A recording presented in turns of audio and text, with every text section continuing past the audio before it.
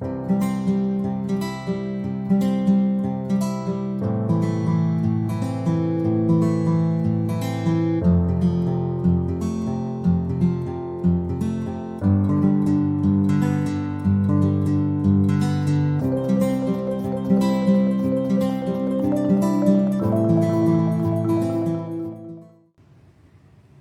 who here has a fruit tree in their yard? Anyone? Yes, okay. What kind of tree do you have? A fig tree. A peach tree. Oh, I'll be over. Yes. So in my Dallas home, one of the first things I did was plant 2 peach trees in that barren front yard that I had. And never once did those peach trees produce avocados. Never once. My grandmother's apple orchard brought forth a multitude of apples. Never once did we find key lime on those trees. Bushels of beautiful, juicy red apples, from which our many, many grandchildren, including me, made apple crisp and apple pie. And there was no apple pie quite like my grandma's. She used to tell me that the secret to a good pie crust is a tablespoon of vinegar and ice cold water. It was extraordinary. We always relished in those apples, and her cherry trees always produced cherries. I'm certain that your fig tree is really loyal about producing figs, and your peach tree only an abundance of peaches, never anything else. And the same as it is with us as well. The seeds that we have deeply planted in our life, in our psyche, in our thinking, in our belief systems, in all of that, those seeds are now being harvested. And what we have planted inside is now being out there for the world. We're living what we have planted. Matthew 7 is a fabulous chapter of the Bible, and we'll study the whole thing at another time. But today, on this beautiful fall Sunday, and we're moving towards the end of harvest time, right? I want to share Matthew 15 to 30, 7, 15 to 30. And it says, "Beware of false prophets who come to you in sheep's clothing, but inwardly they are ravenous wolves. You will know them by their fruits. Do men gather grapes from thorn bushes or figs from thistles? Even so, every good tree bears good fruit, but the bad tree bears bad fruit. A good tree cannot bear bad fruit, nor can a bad tree bear good fruit. Every tree that does not bear good fruit is cut down and thrown into the fire. Therefore, by their fruits you shall know them." We know those peach trees by their fruit. We know the fig tree by its fruit, just as we knew the apple and the cherry trees. But what are these fruits of spirit, might you ask? Galatians chapter 5 tells us these are attributes that each of us as individuals have a multitude of. It's how we show up and how we live. We demonstrate these fruits of spirit as we live our daily lives. We share these fruits of spirit as we gather as a spiritual community, as we go out into the world of people of Unity of Augusta. We share them here in spiritual community when we welcome others into our sacred space. And we do that with open arms and open heart. We do that when we include others in our celebrations. We do that when we bless our children each and every Sunday. And when we welcome them into this space, as we did last Sunday. I don't know about you, but there was a very special vibe that lingered the entire day here with the energy of our children sitting here and participating and leading us in meditation and in song. There was a vibrant energy. It was love. And that's one of the fruits of spirit. It was a joy-filled day, overflowing with all of the joy and love that this community has. So here are the fruits of spirit: love, joy, peace, kindness, goodness, faithfulness, gentleness, and self-control. Let's start with love. First, there is that agape love. It's the love that we choose to be and the love that we choose to express. We call that unconditional love. It's the love that we share when I officiate a marriage. Oh my goodness, to stand in front of a couple who are so passionately in love that they're joining their lives together. There's a really special vibe in those moments. And it's powerful and strong. Sometimes I have to step back from it. It's so big and huge. And then there are times that we share that love when we're remembering clearly who we are. That we are beloved of God. That we are that Christ's presence in our world. That's sharing of love consciously. We make this commitment to our children, to love our children when they are sweet and wonderful and adorable, and when they're mischievous and everything in between. Excuse me. We make a commitment to all of our relationships to be love. When we love others through their dark times and through their joyous times. When we stand next to another in those moments of darkness and walk with them. That's the presence of love. When we stand with others who are amidst confusion in their life, ever been there? And we might say, I don't know the answers, but I'm here. I'm here. I'm not going anywhere. And I'm happy to walk this journey with you while you find your answers. We don't need to know any more than that. To be present, to be that energy of love that allows them to be open, to be vulnerable, to navigate whatever it is in life another has to navigate. And to allow others to be that for us when we're experiencing our tumultuous times. Because we all have them. It's part of being a human being. The only thing we need to do in this world, the only thing we need to do is to be love. There's a meme that's floating around the social media, whatever you subscribe to, and it says, our task in this world is to love. God will sort the rest out later.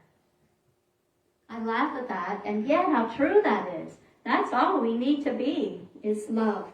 Another fruit of Spirit is joy. Now this is the month of November, and our minds are focused on Thanksgiving, all the yummy food that we're going to eat, all the people that we're going to see and share time with. And hopefully, during this month, during this process, that we make our way to gratitude. That we use that holiday as a time of thanksgiving. And joy is part of the gratitude.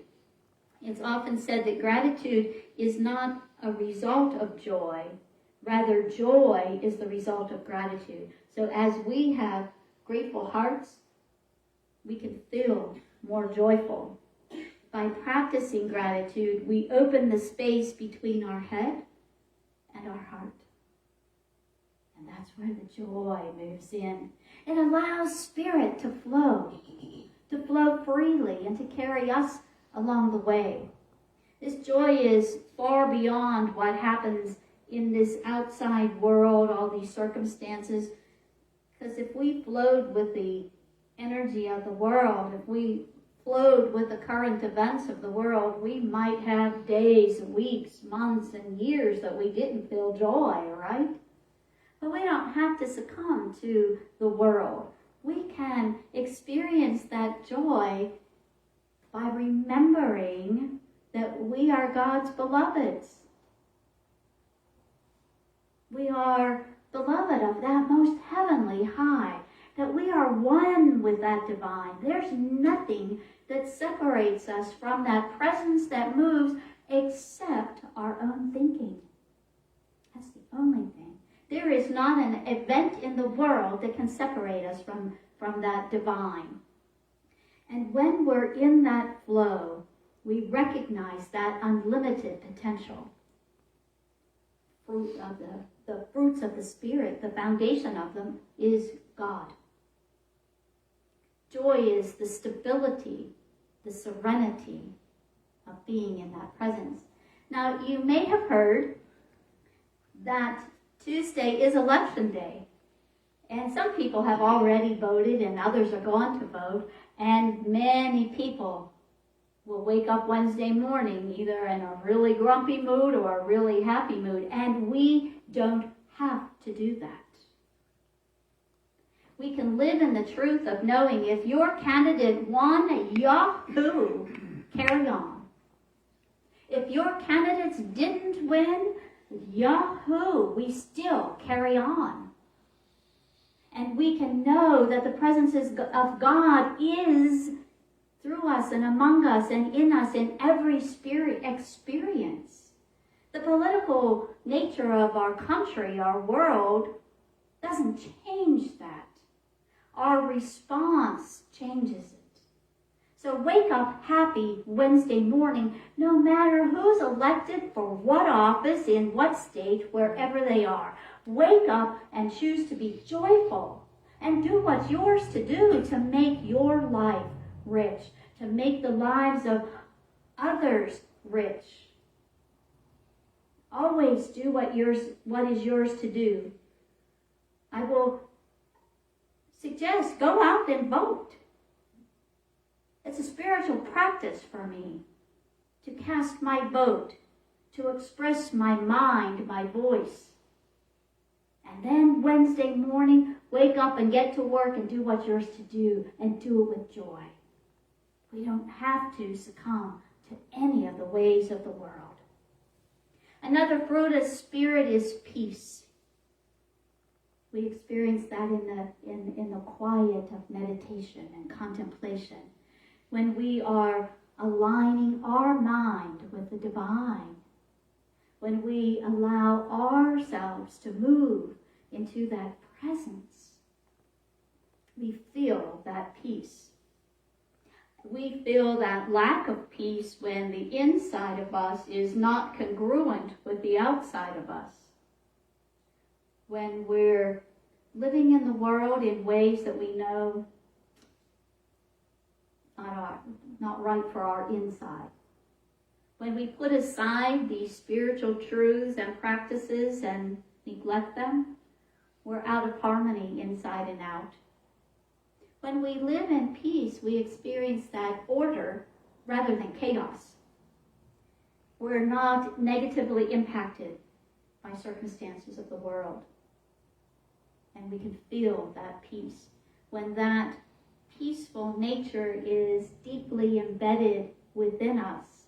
And that happens through all of our spiritual practices, by listening to inspiring music, thank you, Joseph, by reading inspiring authors, by sitting in devoted time of meditation, by resting in the quiet, by living mindfully to notice what thoughts are taking residency in our mind and inviting some of them to go.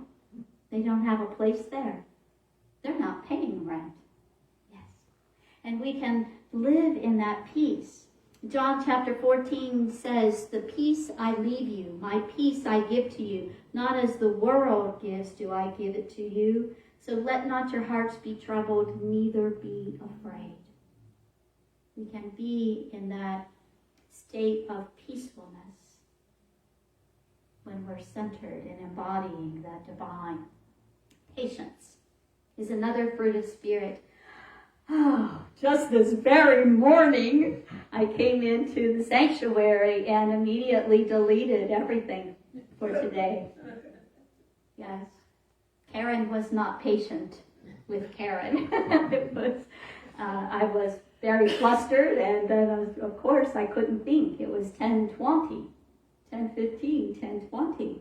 So I gently made my way to the manse and got Steve's attention, and Steve came over and sat at the computer. Now, I don't know what was going on inside of Steve, but there was a sense of patience as he navigated every piece that it took for him to restore what I had undone.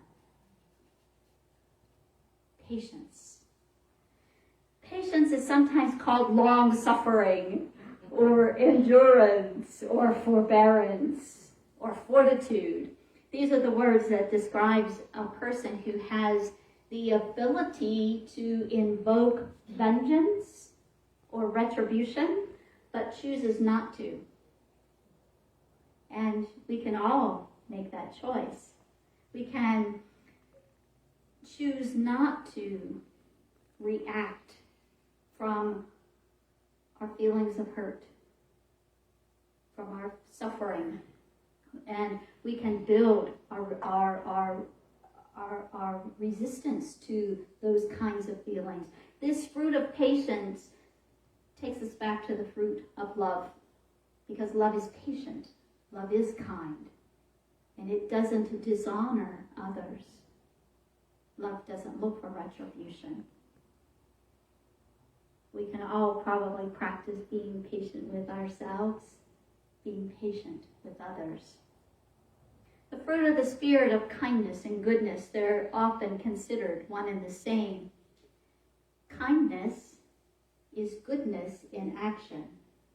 Kindness is the goodness that lives inside us naturally, expressed in the world.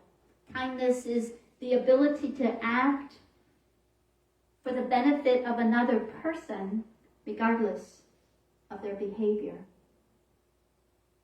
regardless of how they're being. Those who have this spiritual gift, they sometimes are servant. We see a lot of that in our spiritual community, a lot of people serving. And we act from kindness, and because it's the right action to take. We don't do that out of duty or obligation. We do it simply because it's the right thing to do, is to be kind.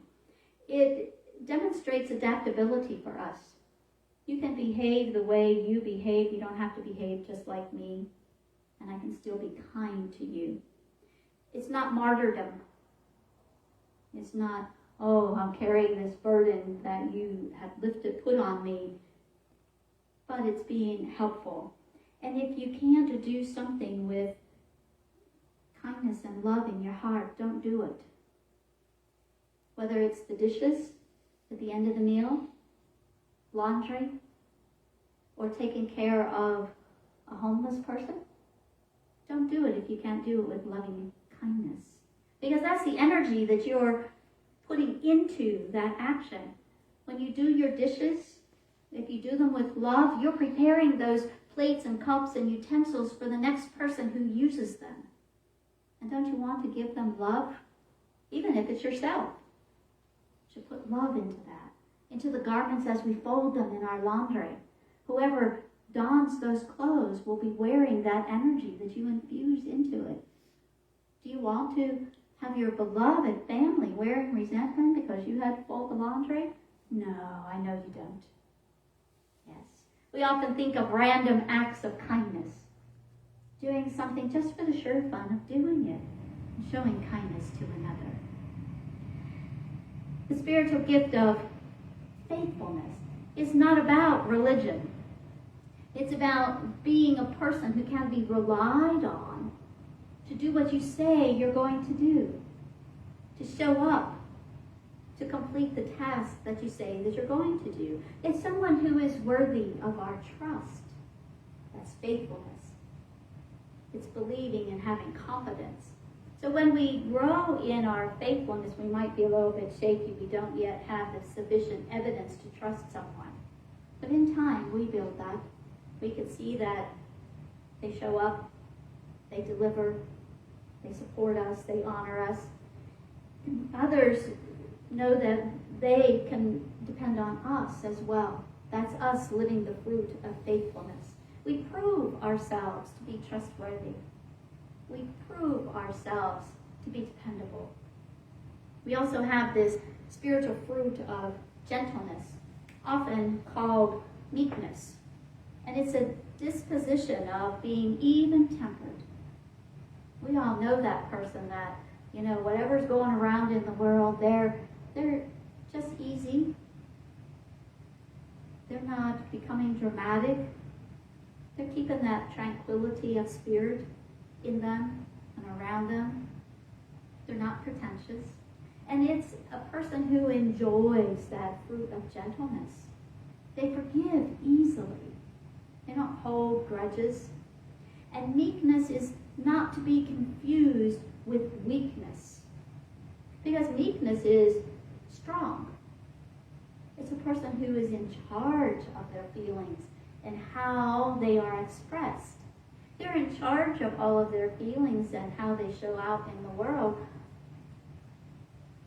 But they're not pushing. They don't push others into anything. Others respond to that meekness out of desire rather than out of feeling pressured to. A person demonstrating the fruit of gentleness or meekness corrects the faults of themselves as well as others.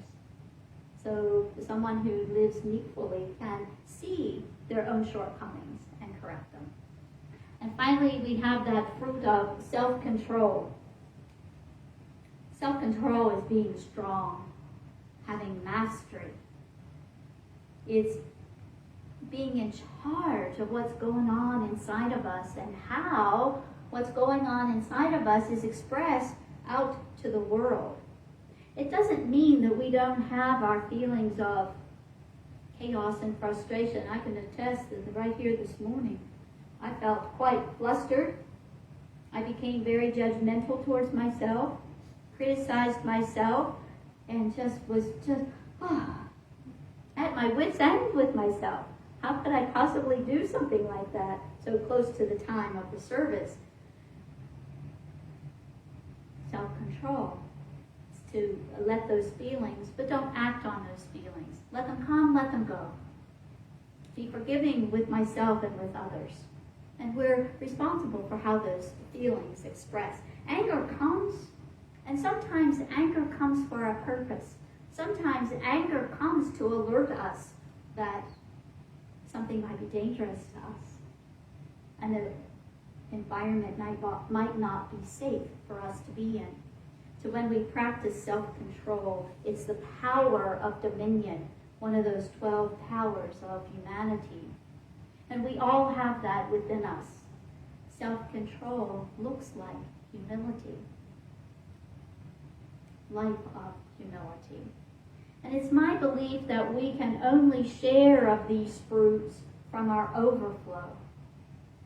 If we're not engaging these fruits for ourselves, and if our heart is heavy with resentment, I can't be patient with someone else. I can't be kind. I can't be loving.